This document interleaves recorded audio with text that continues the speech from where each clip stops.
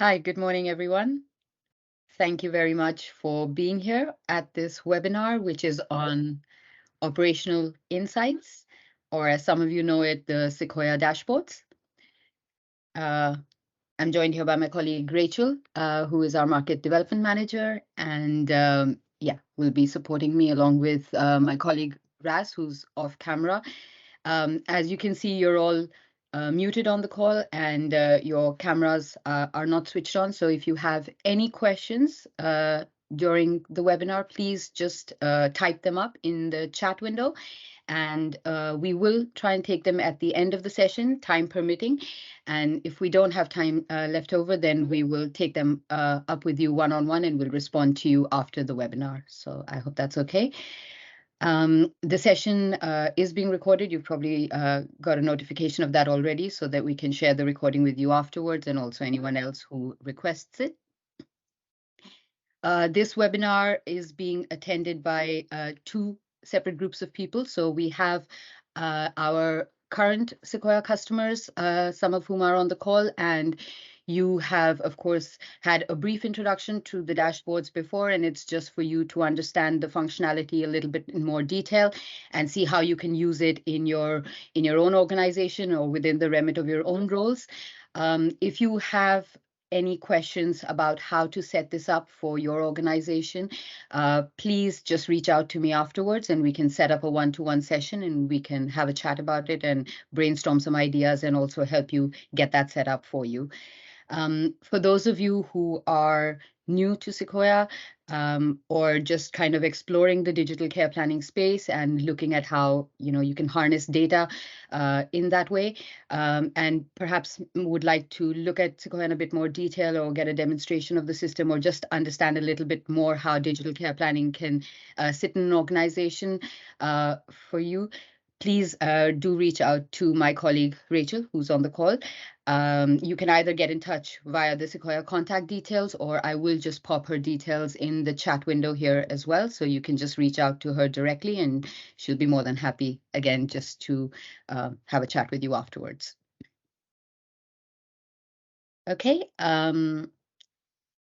we'll get started then. So talking a little bit about dashboards and how dashboards came into being, at least in Sekoia. We have been playing with the idea for a little while, and I think we have a lot of good reports in Sekoia that you can access, whether it's on your day-to-day care delivery or all of the observations that you make along the way. But one thing that we noticed was that in organizations that make the switch from paper to digital, or organizations that are working in a system that sits in an office and make that switch to a point of care solution where frontline staff are interacting with the device at point of care, you will suddenly notice that you are evidencing a lot more and you're recording a lot more. The more easy the system is to use and the more intuitive it is, the more interactions that are recorded between the members of staff and the service users. So we have on average over 2 million recordings that go into the system each month. Every organization has sort of, almost tens of thousands of interactions that are recorded between service users and staff. And of course, that level of detail and that level of evidencing is fabulous. It's great to have. It's great to be able to look back on over a period of time. And it's, of course, great for auditing purposes and compliance purposes.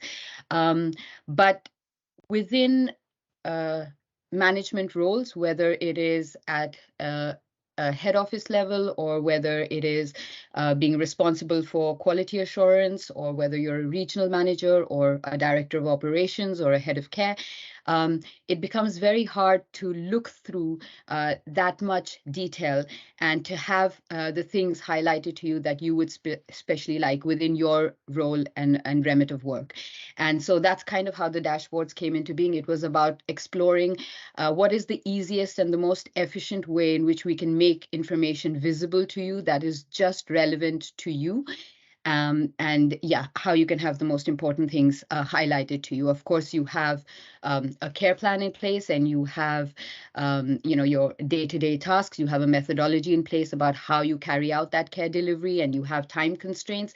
And it's about having constant improvements in the quality and in the way that you deliver care. So having a good overview of where are the places where there might be scope for improvement, or things that perhaps might be getting missed, and bringing those to the fore. And that was sort of the germ behind creating the dashboards, and we think it's a great tool to have.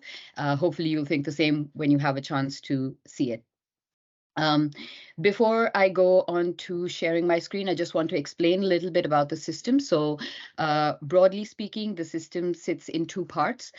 We have what we refer to as the front end of the system, which is an app that can be downloaded from a Google Play Store or an Apple Store, and it sits on any phone or tablet, and it's what the frontline staff will interact with at point of care, whether it's to access information for their service users or whether it's to document what they're doing. And then we have what is known as the administration, or the back end of the system, which is a web page, and it's where all of the configuration of the system takes place. And it's also where mostly management will interact with in terms of retrieving reports and getting an overview of the organization or of specific services, depending on your role. So when I share my screen, the page that I will be starting with is the administration page. It's the back end of the system, where the setup takes place, and where mostly you would access dashboards and overviews for your services.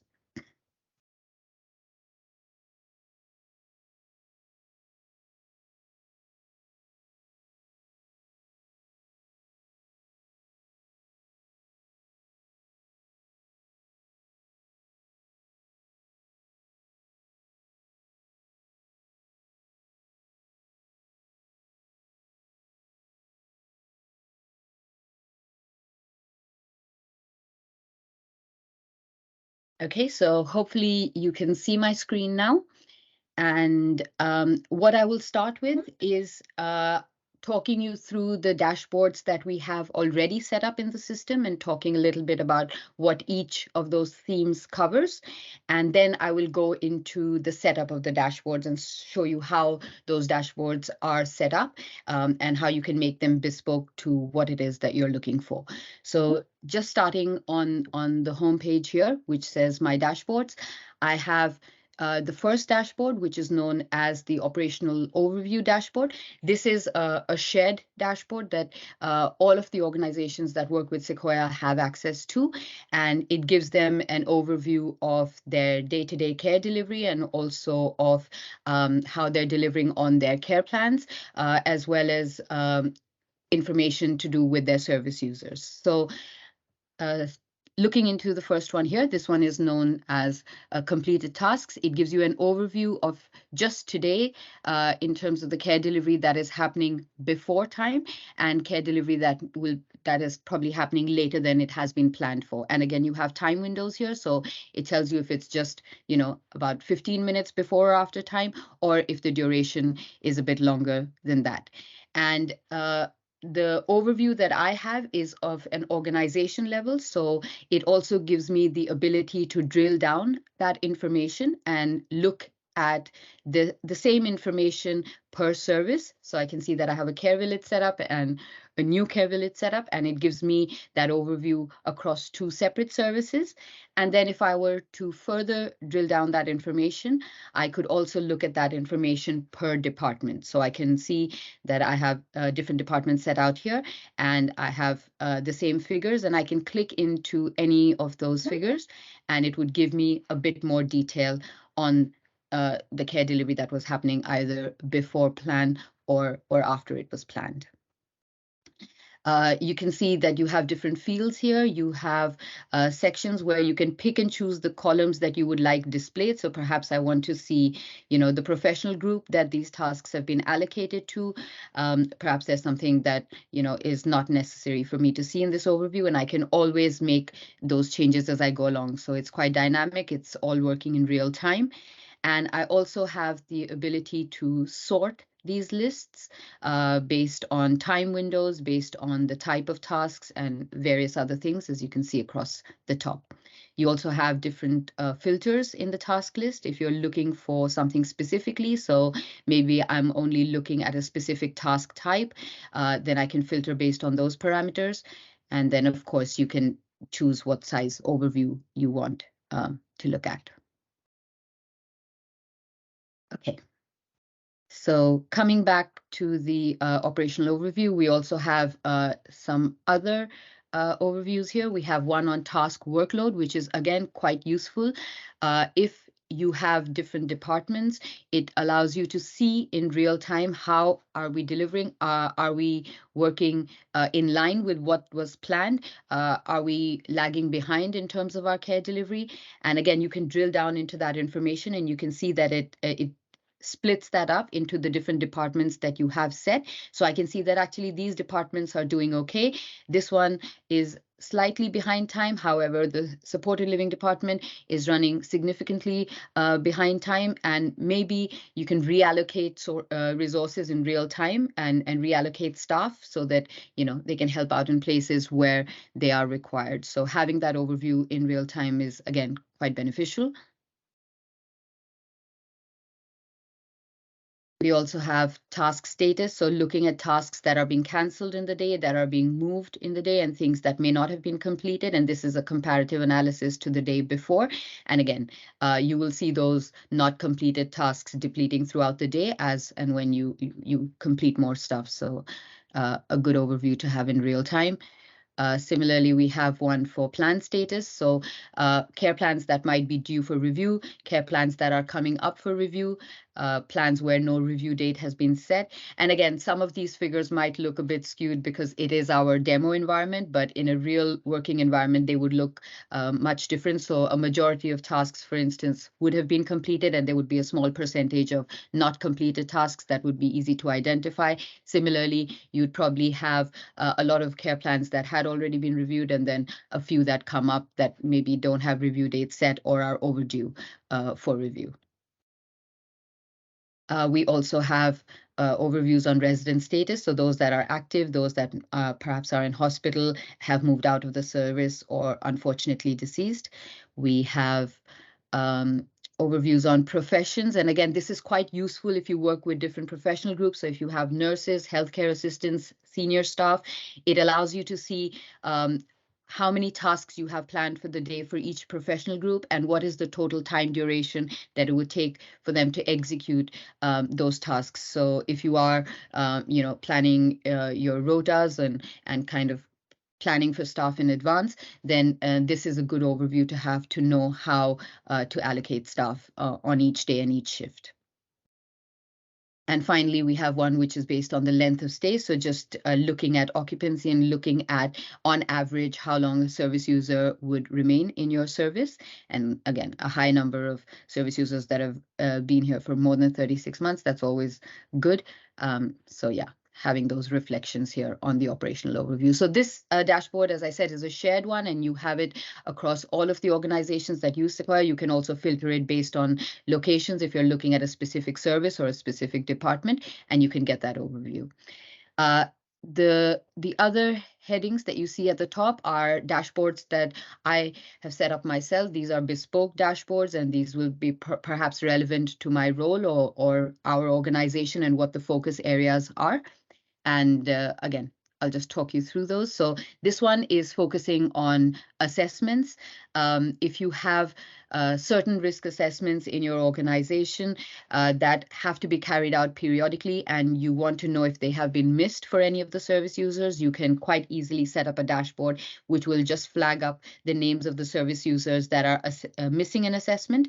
And I have set it up as looking at the last month, but you can look at a longer period of time or a shorter period of time. So just looking at this month or looking at 3 months, perhaps, that's entirely up to you. I also have a risk assessment here, which is the must assessment. And in this case, I don't want to look at all of the assessments that have been completed or perhaps haven't been completed. But what I'm specifically trying to look for is that the assessments that have been completed, which of my service users are at a high risk. So where the score is 2 or more, I've set up the filter as such, and it will only flag up the service users that are at high risk, and I can always pull out those assessments and look at the details of it as well. And of course, these are more on the clinical side of things, but you also have regular risk assessments that you carry out, perhaps on residents' behaviors or based on the severity and likelihood index, and it would work in exactly the same way. We have another dashboard, which is for service users' well-being. And again, we've just collated different themes, whether it's bowel movements, weight loss, looking at service users' nutrition and hydration, the seizures, and family communication. Once again, it's not looking at all of the registrations or all of the observations in these themes. There are specific parameters that have been set up for each one.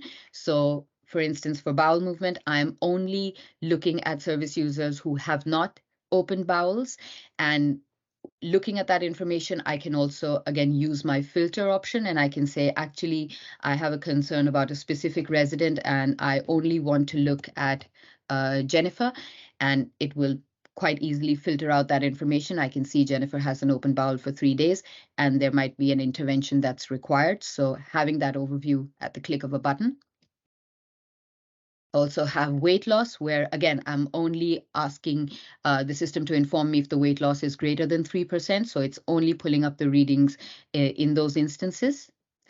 And nutrition and hydration, again, only when a meal has been refused or a very small portion of the meal has been consumed. And then looking at seizures, I am looking at only seizures that have, again, lasted over 7 minutes. And you might have different ways of monitoring that, but this is the way that it has been set up. So I only need the most important information to be flagged to me. And similarly, for family communication, it is only service users who are refusing contact despite repeated attempts or encouragement. You might also have a specific focus on nutrition and hydration and on weight loss. It might be within your remit of role, and then you could set up just a bespoke dashboard just for those themes alone. So you can make it as specific as you like. This is just a more general overview. Then we're looking at service management. So again, things like your infection control checks, health and safety checks, fire alarm testing, fridge freezer temperatures, and especially if you are at a head office level and you need that information across multiple services, it's very hard to look through all of the observations across all of the services and to look for the relevant information. So again, these filters have been set up only to flag up the most important information. For example, in fire alarm testing, I only want to know where a follow-up is required, and it's just alerting me that there is a ground floor alarm at a specific service that did not go off, and I can again look at the details of the registration, see exactly what took place during the test, which specific call point it was, and which specific service, and I can action it accordingly. Similarly, fridge and freezer temperatures, only those that are out of range, and any maintenance requests that have come up as well. And you can keep adding to these.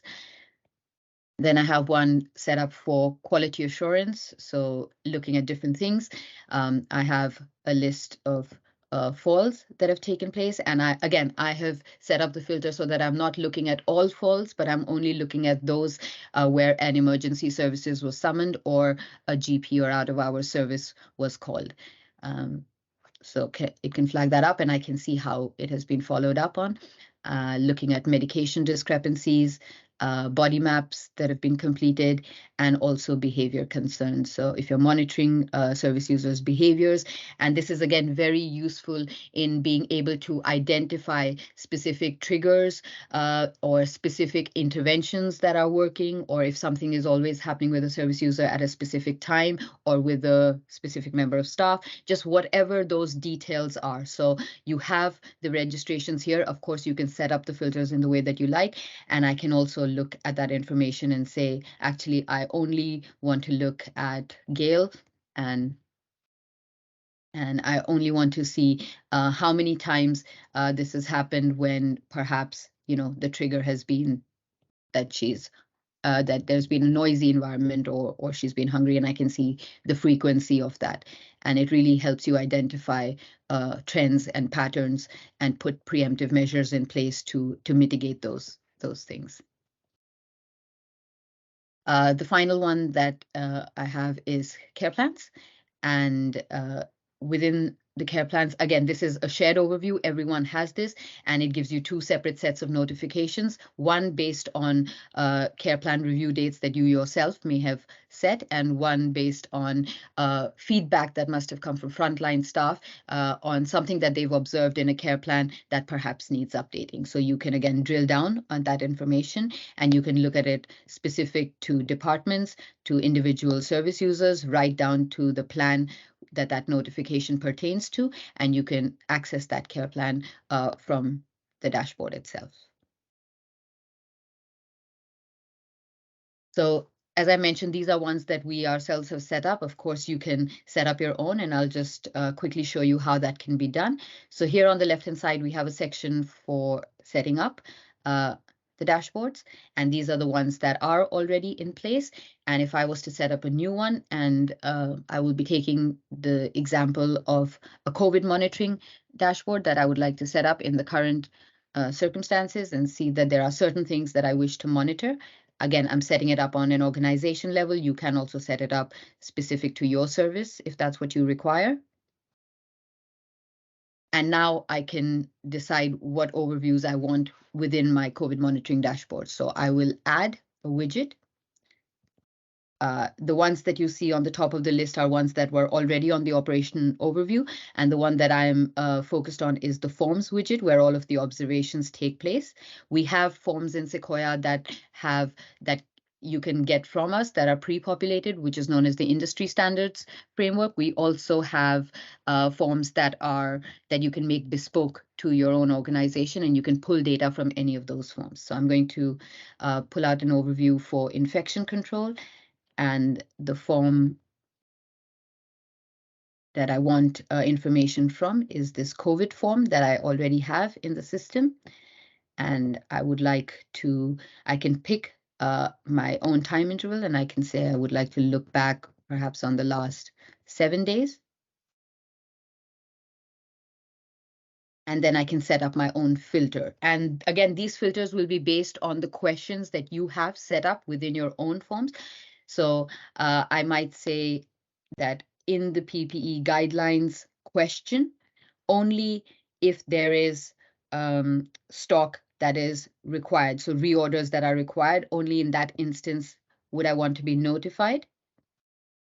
And I can add an additional filter and say that, or I would also like to be notified if there was a requirement for other infection control substances. So again, some items required, and I can pick that filter. And it's very powerful to have this combination of and or. So only in the instance where this has taken place and this has taken place, or in all of these instances, I would want to be notified. So you can set it up as bespoke as you like, and you can decide what sort of fields you would like displayed on your dashboard. And then you can save that information. So I now have the dashboard set up, and I can also decide whether I would like this displayed on the front end to the frontline staff in the app, because is it an overview that might be useful for them in their role, or is it something that I would just want to keep to showing in the administration? And I can also decide setting this up on an organization level if it is relevant for all of my services, or perhaps it's only relevant for one service, and I can pick and choose who gets to view this dashboard.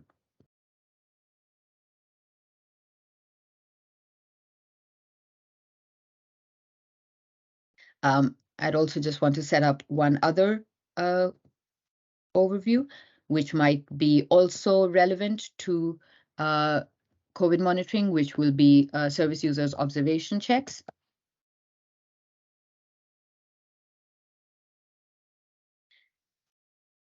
And again, I want to pull data from an observation form that I already have for the service users.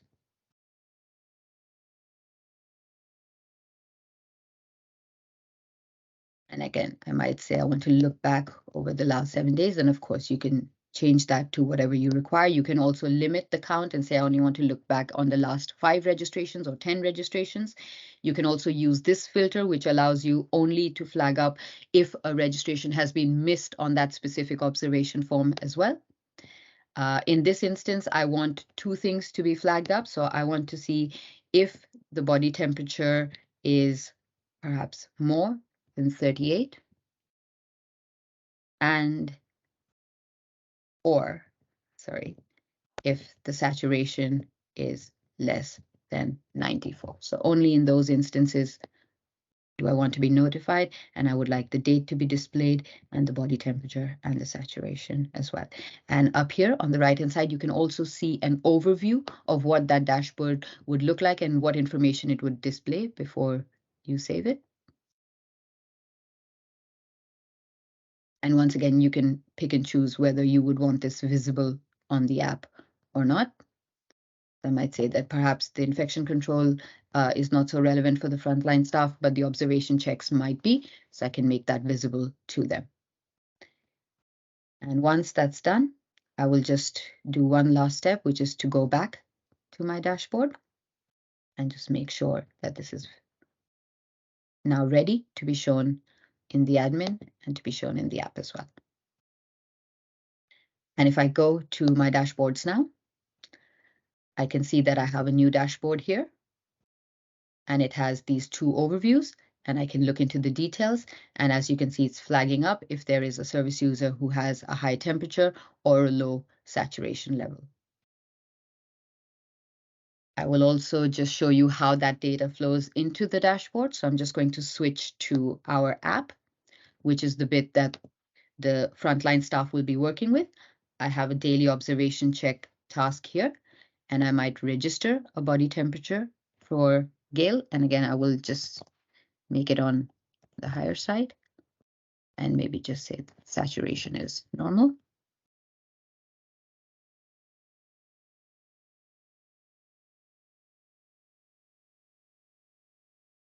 Make my registration. And I will now come back here.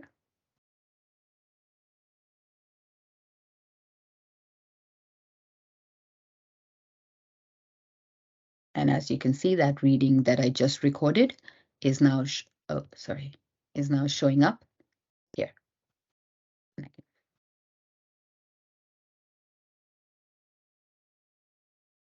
So the data flow works in real time, and it's quite powerful to have that as well.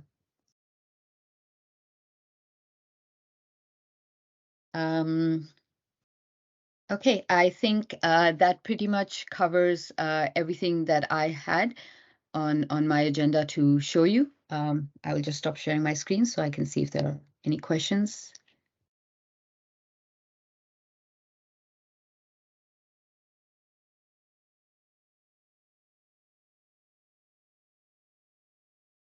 I can see there's a question from Glennis, and Glennis, you're asking if the dashboards for infection control are in the office. So presumably, if you have set up the infection control observation form on the office profile, then yes, they will show up in the office, and we can talk a little bit more about it afterwards.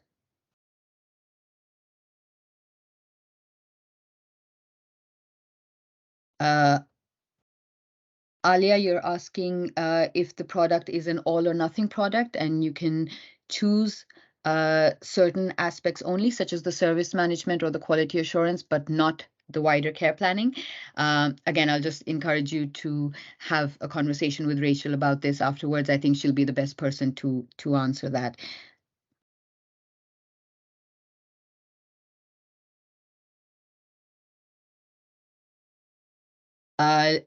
Lou, you're asking, is the length of stay based on those that have been and gone, or all time of those that haven't left?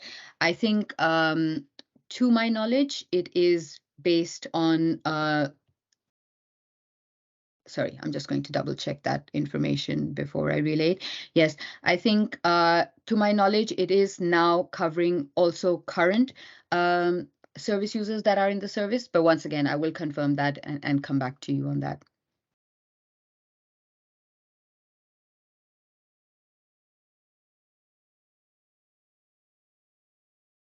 Glennis, I think you're right. The length of stay is based on when the service users have been created in Sekoia, and I think we do have a request to change that to admission dates, and yes, we're aware of the request.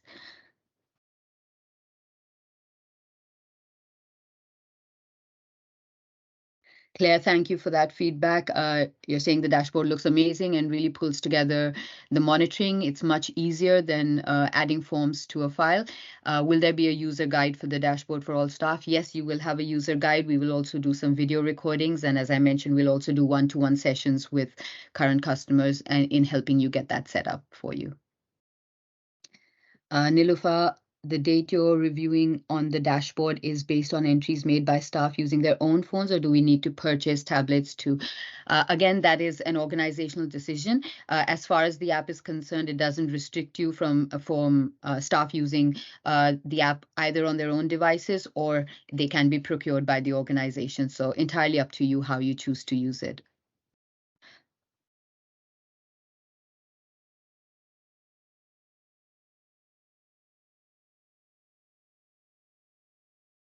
Okay, I think Lou had some good feedback on putting in the dates when people have joined so that the data is more accurate on the length of stay. So I'll pass that one on to you, Glenys.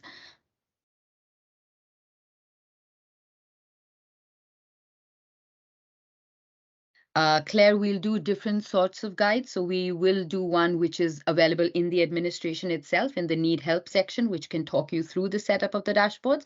But we'll also have more interactive ones by way of video recordings as well. Glenys, you're saying dashboards are a great tool. Thank you for that feedback as well.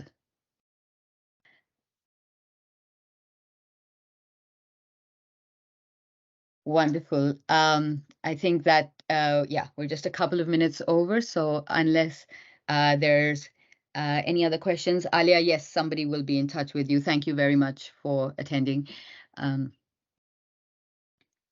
Great. Thank you very much, everybody. And yeah, look forward to speaking with you all soon. Take care.